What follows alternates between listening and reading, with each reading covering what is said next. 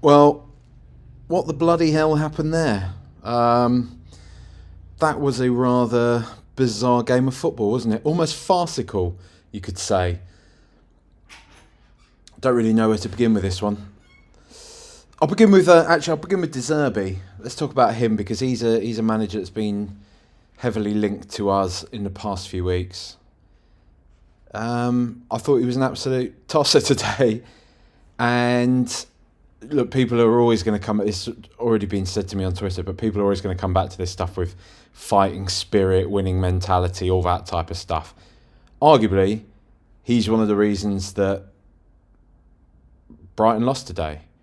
The fella completely lost his head. If it's to be believed, he's lost his arse because Stellini said, I don't even recall this entirely, but people have speculated he's lost his arse because Stellini in the pre-match press conference said something to the effect of, he's done a great job, De Zerbi, he's a great manager, but he inherited a good squad. Something like that. Because from the second the players came out to warm up before the game, he was up in Stellini's face, pointing his finger at him. It sort of set the tone for the day, right? And he's ended up getting sent off, and it turned the crowd, like the whole crowd. It galvanised the support, and he look. Hopefully, we want to be a club that's going to be back in the place that Pochettino put us, right? Where we're at the top of the table, contesting the massive games. I don't think you can have a manager that loses his head like that so easily and want to be successful. It's about sort of controlling that aggression, right? What was it Pochettino said?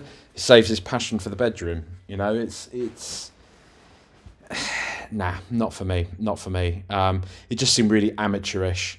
It seemed really just stupid. I just thought it was idiotic. I thought he acted like a total idiot today. But you can't blame him entirely for Brighton's demise because, honestly speaking, I think in many ways they were robbed today. How VAR looked at Højbjerg's stamp on Mitoma in the box and didn't give them a penalty, I really don't know. Their first goal, I think people will contest it. I don't. I think it was the correct decision. I think Mitoma has used his body and controlled the ball with his arm. He's done that. It hasn't just hit him on the arm. He's gone. He's made a motion to control the ball with his arm, and I think it was the right decision to disallow that goal. However, the foul on him from Højbjerg was a foul. It was a penalty. It was a clear as day penalty. The inconsistencies with VAR are shocking. They're absolutely shocking because on another day that gets given as a penalty to anybody. It's gone in our favour this time, but it's still like, come on, it's not right. But also, with the Tottenham hat on, there's that bit of me. It's like, unlucky, like swings and roundabouts, isn't it? We all get these kind of breaks every now and again, and for Brighton's day, they didn't get that. But look, I honestly, I don't know how we've come away from that game with 3 points. I really don't. Both of our goals were fantastic. That's something I would say. Sonny's goal, congratulations, lad. 100 Premier League goals. An absolute legend of ours. An absolute hero. He belongs in 20 years' time. It doesn't even need to be 20 years' time. It's just an arbitrary number plucked out of nowhere. But when we look back on his Tottenham career, he almost definitely should be held in a higher esteem than even the likes of Teddy Sheringham. You know, he's an unbelievable player. Teddy's one of my heroes growing up, you know, as a young Spurs fan and all that. But Sonny's something else. I do think quite how brilliant he has been for us has been massively overshadowed by the fact that he's played at the same time as Harry Kane, as I've said before. But the two of them have made one another better. They definitely have. So it's just one of those things, isn't it? Like they're a double act. That the funny thing is, the alarming thing is, we could face a similar sort of, because they're the best partnership without a doubt since Keane and Berbatov, right? They just are. And the funny thing is, like with Keane and Berbatov, we could potentially face losing Kane and Son at around the same time, if not exactly the same time. But for now, we don't need to worry about that, because the old familiar two both scored again today. I thought the finish from Kane's, I'm not sure if it took a deflection or not, but it was beautiful. It was typical Harry Kane, whipped across the goal, got it as far into the corner as he possibly could. And Sonny's was just a spectacular. I mean, what a way to score your 100th goal, right? Top corner. It's a trademark Sonny goal, that coming in from the byline and whipping it, top corner, beautiful, superb. I actually thought as well he had a good game today, but we'll do that a bit later on. What I do want to say is, I'm surprised we came away from this with the 3 points, because I thought we were absolutely pitiful today. Absolutely pitiful. Make no mistake. Yes, okay, fortune has favoured us today. But Brighton won today. Brighton absolutely won today. If this game is replayed, and I know this isn't how it works, but across the multiverse, 100 iterations of this game, 99 of them, Brighton have won that. They were the much better team today. They controlled most of the game. They absolutely, once again, controlled the midfield. We didn't really make many. I think our forward three actually did all right today, but that just came as a result of us doing our lump it up to them up front. It was just such an uninspired performance, and with each and every game, it looks like an even more, let's say, perverse decision to keep Antonio Conte's backroom staff in place at the club. It's the exact same game we've been watching now for years. Over and over and over and over again. There's no plan there. There's no identity. I mean, well, there is an identity, and the identity is shit. Shit, boring, anti-football. But other than that, there's nothing there. There's no plan. Well, yes, there is a plan there. Lump it up to Kane, Son and Kulusevski and see what they can do with it. Because this is the fact we're like in a place that we're clinging on to this top four race, if you like, is just by sheer virtue of the fact that we have players like Harry Kane, who in Son today, but he's not had a great season. But we'll include him in the conversation. It's Sonny at the end of the day. But it's mostly Harry Kane this year, especially, that has put us in a position. And I will say, I'm going to do the individual players. Kane was largely anonymous today. He was. It wasn't the best game for him today. But we still are. I still think we occupy a false position. That's all I can really say further on this, because we're just not very good. We're not very good at all. As a team, this is. And I think something really needs to change drastically soon. I think Stellini and the rest of them need to go before the end of the season. And I appreciate some of the issue in this is that no manager wants to join before the end of the season. But look, if it's to be believed that Pochettino wants the job as badly as people behind the scenes are saying that he does, then I'm sure he would meet us in the middle if we said, right, look, come on, come and take over now. You heard the crowd today. You heard them. It was booming from all corners of the stadium. He's magic, that's not just a few people singing it after the game, like against AC on the pod when I was walking out the ground, and you got a few pockets of people singing it. That's, you would say, what, at least 70% of the stadium today singing He's Magic You Know for a couple of minutes. That's a clear message. Yeah, it's a clear message to the people upstairs, to your Donna Cullens, who are apparently not keen on Pochettino, who think he's lost his mojo or whatever. Because let's not pretend that we've just not hired Jose Mourinho, Nuno Espirito Santo, Antonio Conte. If we're talking about people losing their mojos. Something's got to change at Tottenham. I mean, again, like I've said previously, the non-emotional response to this is you're still in the chase for the top four. Nothing's really actually going wrong, but it's disingenuous. It's totally disingenuous because what do we follow this sport for? Do we follow this sport so we can look back next year and say, oh, well, we actually finished fourth, so that was a successful season, even though the entire season has been awful. It's been boring. Nobody's enjoyed this.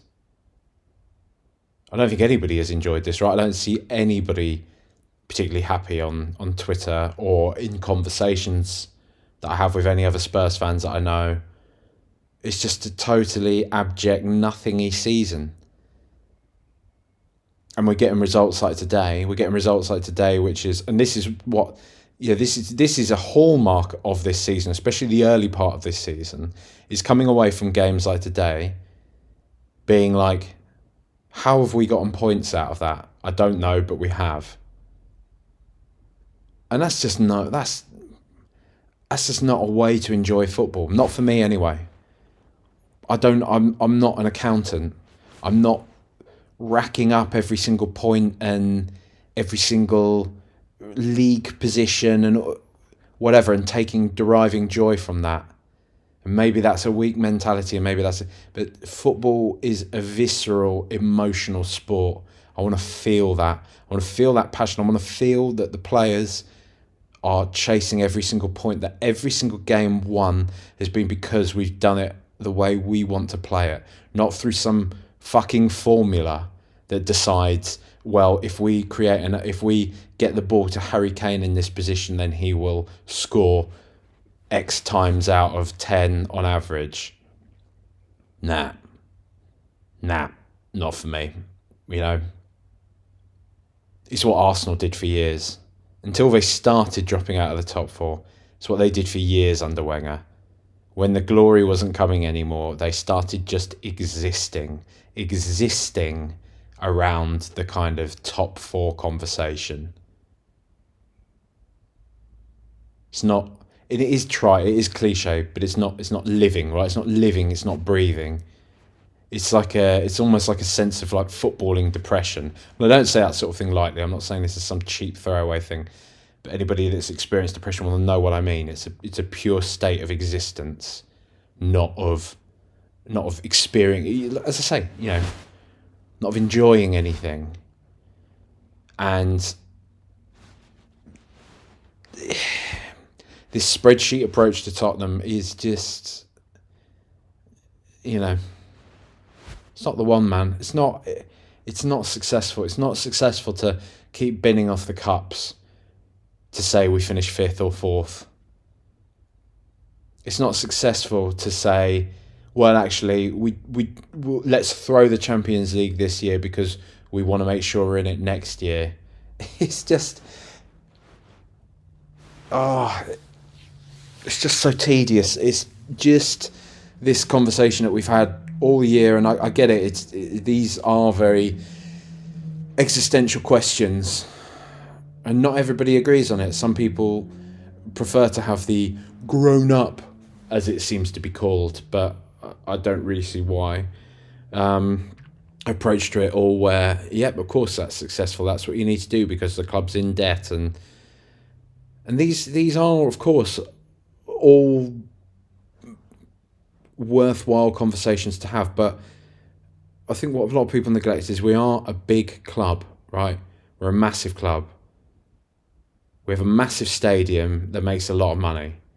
And I can guarantee you that even if we were finishing 7th or 8th in the next couple of years, but we had a manager that galvanised the team, galvanised the support, got us playing some front foot, good football, looked like we were actually rebuilding the team into something new now. That we were dropping this image of Dyer, Lloris, etc.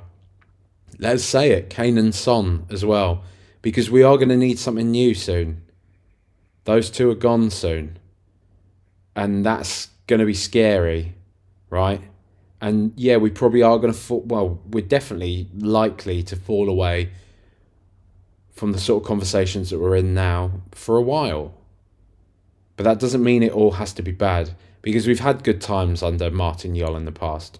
We had good times under Harry Redknapp, and that pushed us more into this type of conversation. But it wasn't a given. We came off of the back of Juan de Ramos, where, we won a League Cup, but we still weren't a team that was really finishing in the... Well, we weren't finishing in the top four or anything. It's Harry Redknapp that got us there. And I feel that this just getting top four because we should be able to, because we have Harry Kane, that's what leads to the whole joyless existence we're in now.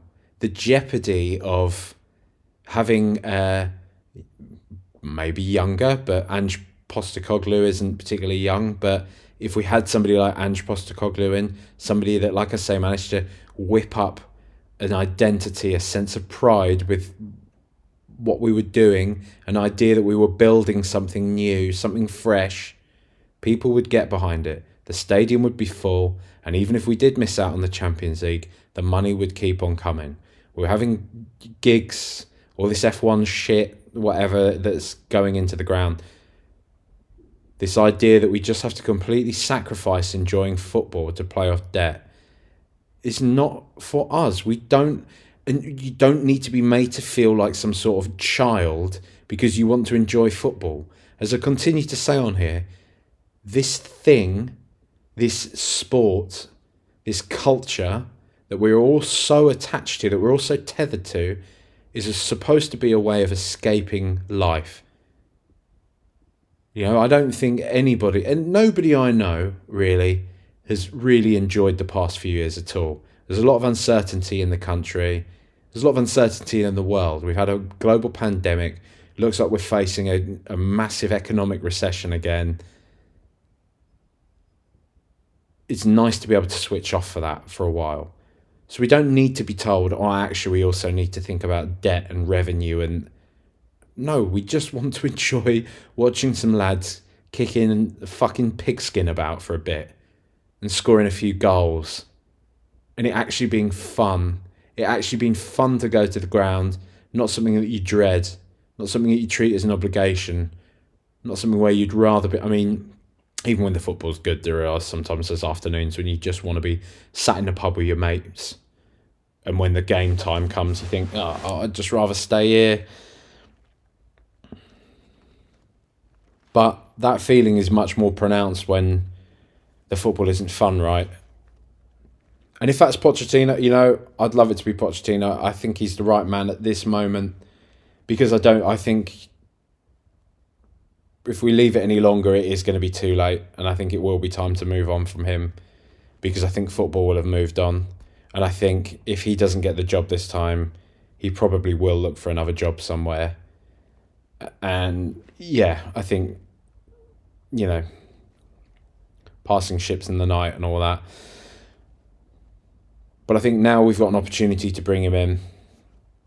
He can repair a bit of the broken soul around the club at the moment. Can understand the challenges that the club are facing in replacing key players and such, and take it somewhere else. But if it's not him, then please, please, please, just not another Enrique. Well, I say another Enrique, but I mean that in respect to, you know, it's another one of these. He won stuff with Barcelona. Conte won stuff with Inter, Chelsea. Jose Mourinho won stuff. You know, let's have somebody that hasn't won stuff. Let's have somebody that wants to win stuff. Let's have somebody that looks at Tottenham. You haven't won anything for ages. I haven't won anything yet. I'm hungry for this. I'm hungry for this. I can't just fall back on my Champions League medals and say, "Pah, that's Tottenham's fault." At the end of the day, what else was I supposed to do? Conte couldn't do it. Mourinho couldn't do it. Neither could I, because that's what this club is. Nah, we can't have any more of this shit.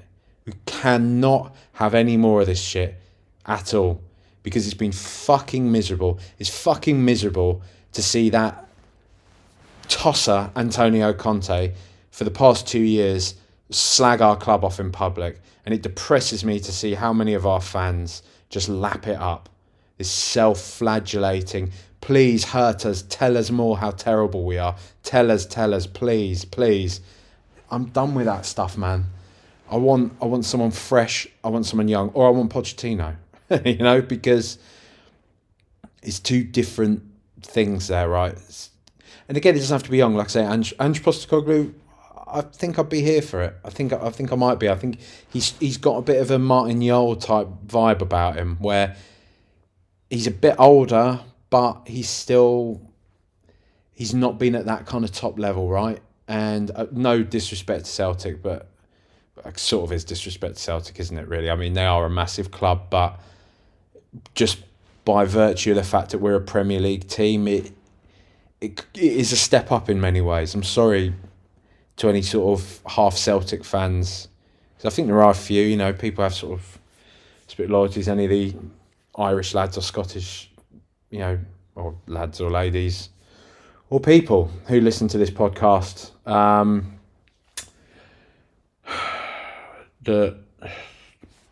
don't know, man. I don't know. Let's just have something that's ours, right? And let's build forward, because this is not nice anymore. And I'm talking about, we've come away from this. Brighton could be leapfrogging us in not long, right? We should be celebrating this. And on many levels, I am happy about this. So I'm not trying to take away from that. Like I say, there's that trollish part of me that has the two fingers up, unlucky, back off to the south coast with your fish and chips, you upstart little melts. But also, I can watch that and recognise we lost that game. 2 + 2 = 5, I know, but we lost that game. Let's do the players. Tottenham. If it's a bit echoey, by the way, just letting you know, I'm actually dog sitting at the moment, and we're staying in a very, very nice big house in Surrey, doing some dog sitting. So I'm in this big echoey hallway. I'm not recording on my usual mic or anything like that, just chatting into the laptop, because that seemed to work quite well the last time. Dog sitting this lovely, you know what, I've always been scared of Rottweilers, right? They got a bit of a rep, especially growing up in the 90s. Dogs like Rottweilers were pretty demonised, right?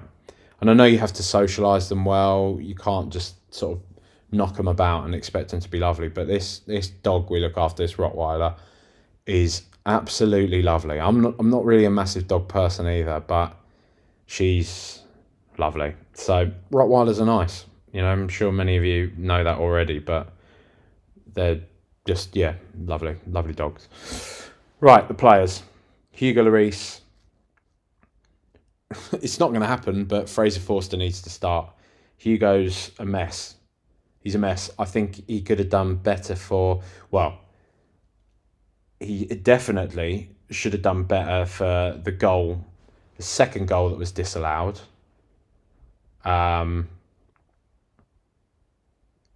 It was a calamitous sequence of events there. Højbjerg, Dyer and Lloris, but Lloris should have done better than that. I think Lloris could have done better with Dunk's goal as well, to be honest. That seems harsh. It was a good header, but his positioning again is all over the shop. Playing out from the back, he's horrible. I just don't think he inspires any confidence in anybody in the team anymore, which is awful because he's our goalkeeper and he's our captain. So just, priority, number one replacement this summer is him. Number one has to be priority. Clement Longley. I barely even noticed him today, to be honest. Barely noticed him, which is probably a good thing. I can't really say much more about Clement Longley. Eric Dyer, time has come, actually. I think there's a part of me that has said on here a lot, good squad player, one of the generals, knows the club, good guy.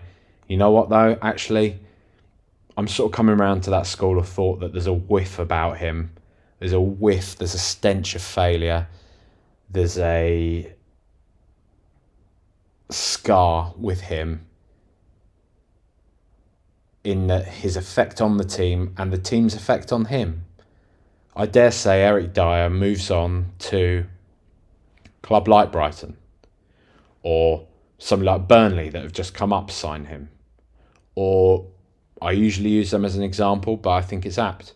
Somebody like Crystal Palace signs him. And I dare say he recovers his love for the game a bit. I think he rattles himself a lot, right?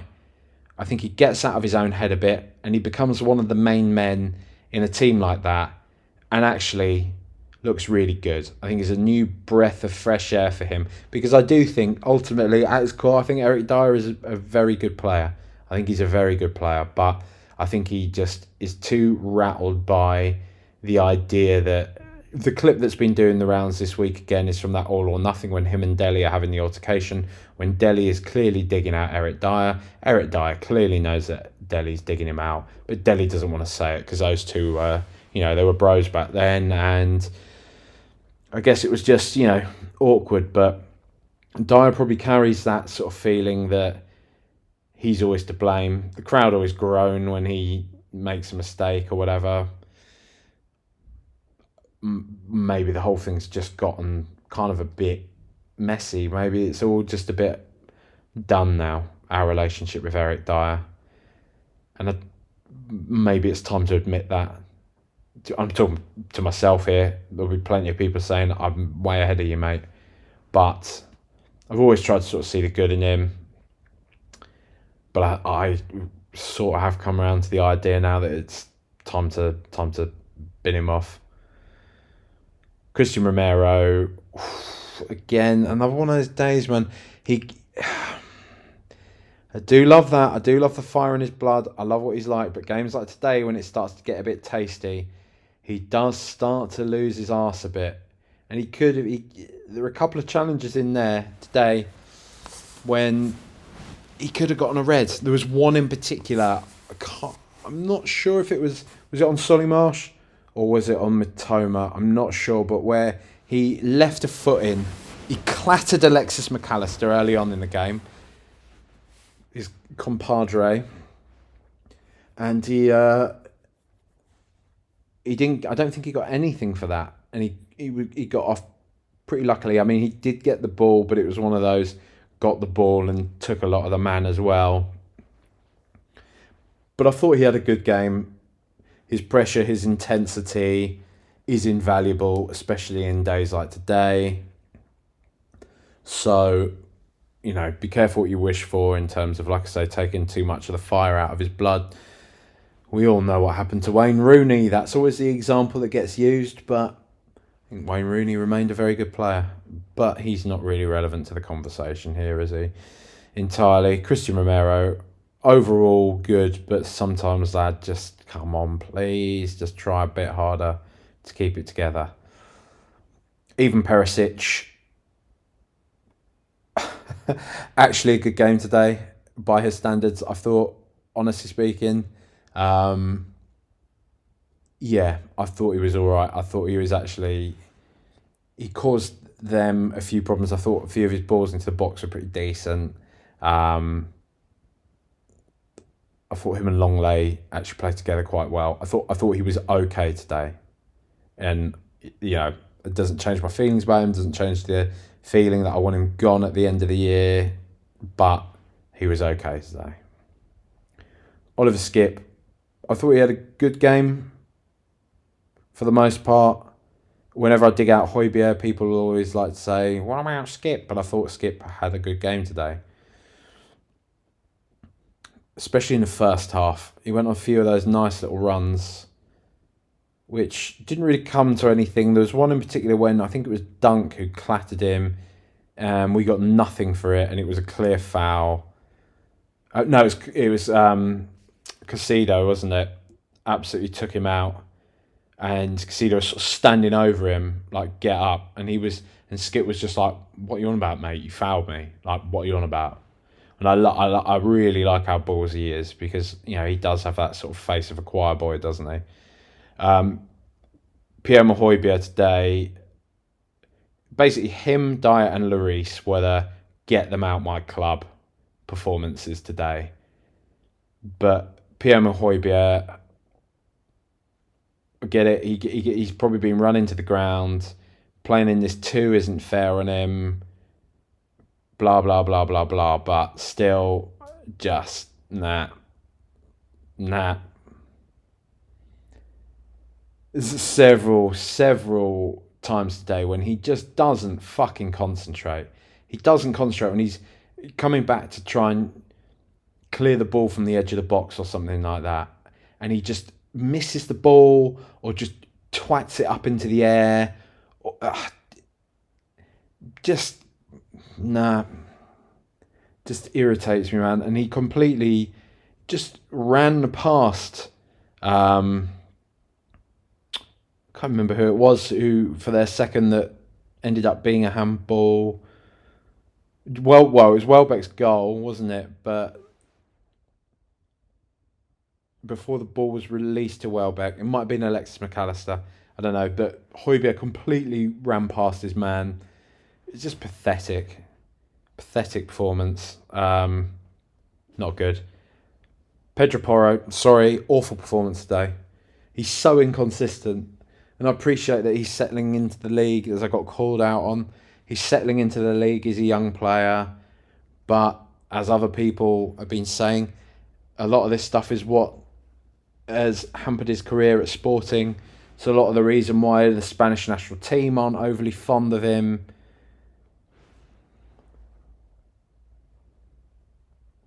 It's just a bit annoying. I don't want to write him off too soon, but I honestly can't help but feel like we signed another dud, Not a dud is harsh. A dud is really harsh, but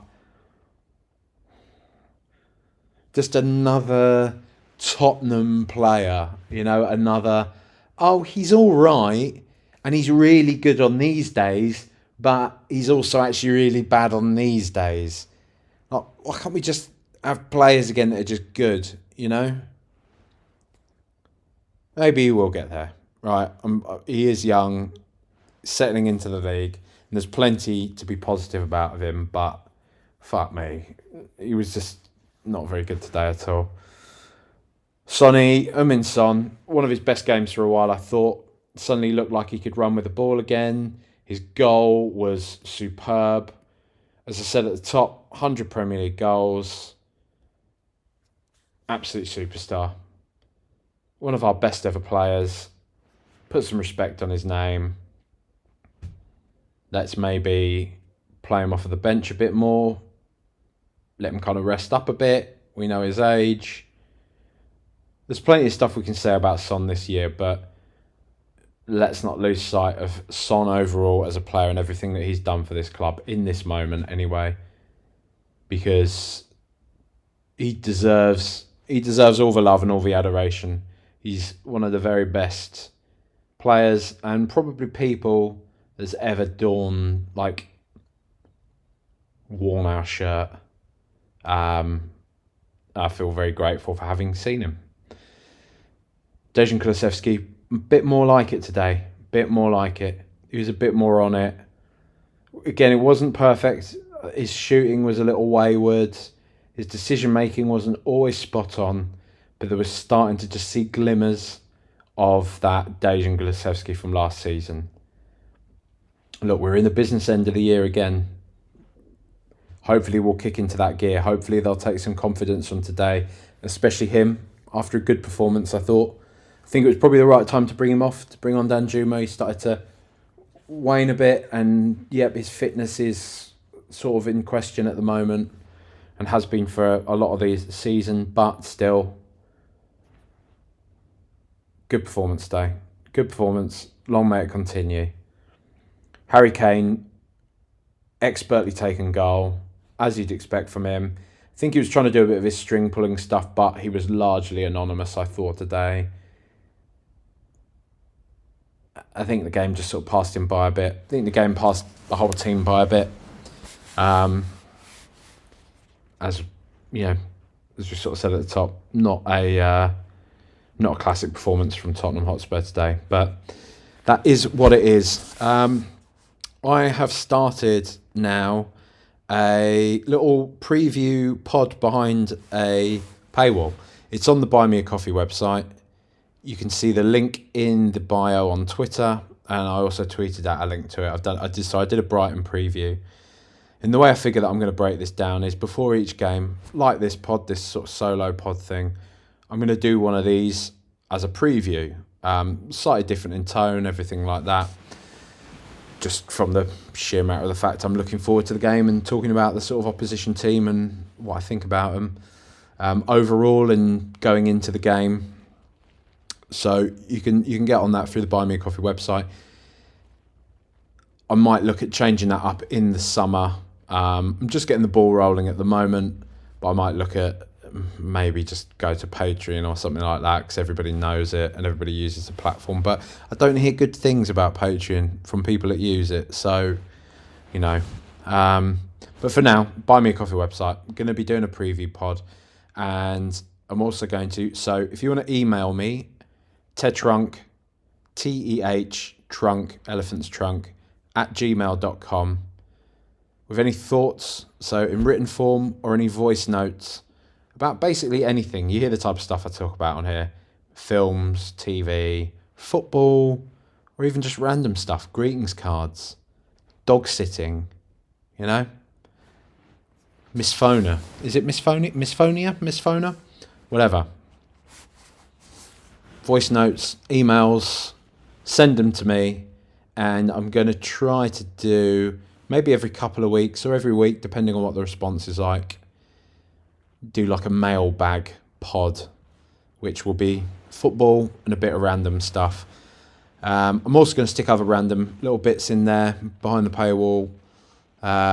Any work in progress stuff that I've got video-wise going, be that any little scripts and stuff I write up, or any other, if I get the inspiration to do any of my old sort of animation things, maybe I'll start putting some of those out, putting them behind the paywall.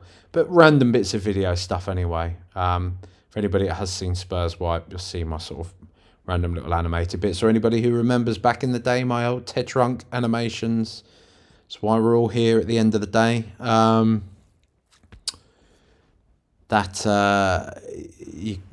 Whatever. So basically, Buy Me a Coffee website.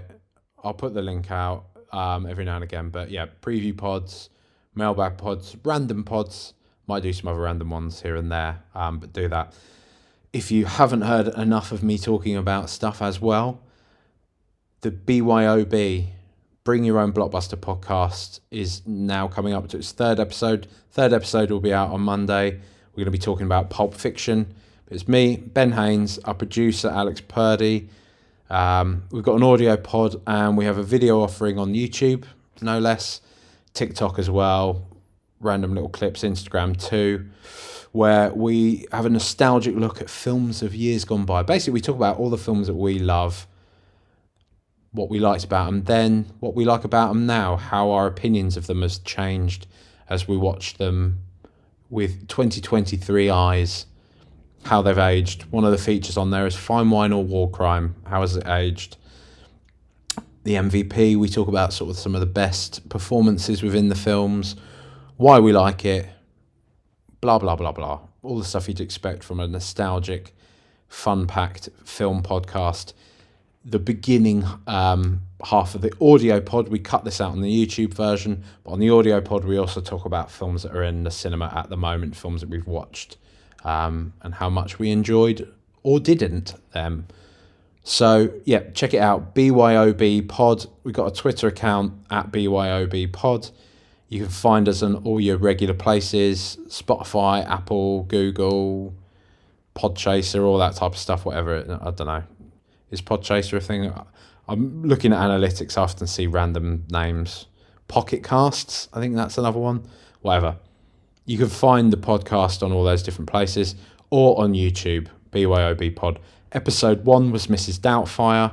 Episode 2 was Whiplash. Episode 3 will be Pulp Fiction. So give it a listen. Get involved. Thank you, everybody, for listening today. Much love. Come on, you Spurs.